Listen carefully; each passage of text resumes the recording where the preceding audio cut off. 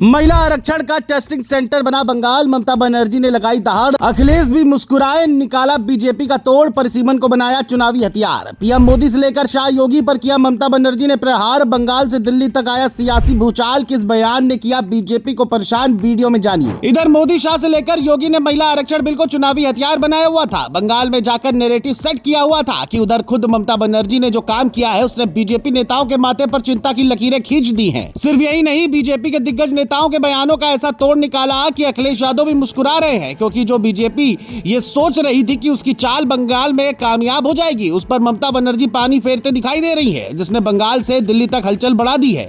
जबकि मोदी योगी समर्थक भी हैरान हो गए हैं, आखिर ऐसा इस बार बुआ ने क्या कर दिया है जिसने सपाइयों में भी खुशी की लहर दौड़ा दी है, चलिए जानते हैं। दरअसल बंगाल में महिला वोटर हमेशा से सबसे बड़ा फैक्टर रही है और यही कारण है कि हर चुनाव में उनकी भूमिका निर्णायक बन जाती है। आंकड़े बताते हैं कि पिछली बार करीब 53% महिलाओं ने टीएमसी का साथ दिया, जबकि बीजेपी को करीब 33% महिला वोट मिले। यही अंतर ममता की जीत की असली ताकत बना और इसी वजह से विपक्ष के लिए यह सबसे बड़ी चुनौती बन गया है। इतना ही नहीं, कई सीटों पर महिला वोटरों की संख्या पुरुषों से ज्यादा है और उनका मतदान प्रतिशत भी अधिक रहता है, जिससे उनका असर और बढ़ सकता है। यही वजह है कि इस बार बीजेपी ने महिला आरक्षण और अपनी योजनाओं का हथियार बनाकर इस वोट बैंक में सेंध लगाने की रणनीति बनाई है, ताकि इस मजबूत आधार को कमजोर किया जा सके और चुनावी समीकरण बदले जा सके। लेकिन यहीं पर ममता बनर्जी ने खेल पलटने की कोशिश की और अपने अंदाज में इस पूरे मुद्दे को नई दिशा दे दी। उन्होंने महिला आरक्षण के मुद्दे को सीधे खारिज करने के बजाय उसे परिसीमन से जोड़ दिया, जो एक बड़ा सियासी दाव माना जा रहा है। ममता का कहना है कि बीजेपी इस बिल को ढाल बनाकर परिसीमन लागू करना चाहती है, जिससे बंगाल की राजनीतिक ताकत कमजोर हो सकती है और प्रतिनिधित्व का संतुलन बिगड़ सकता है।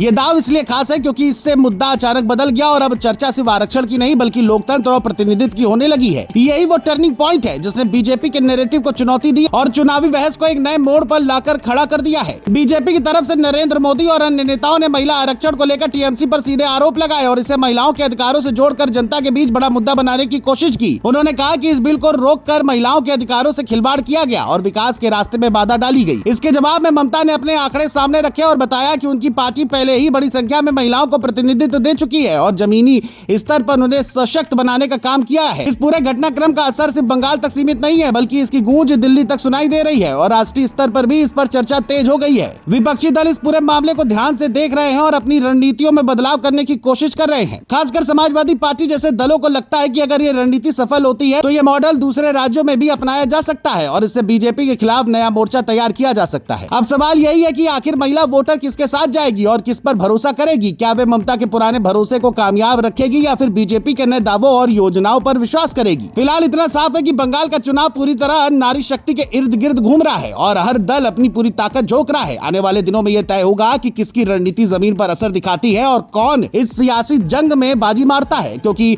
अंत में फैसला जनता के हाथ में ही होता है और वही तय करती है कि किसे सत्ता की कुर्सी मिलेगी।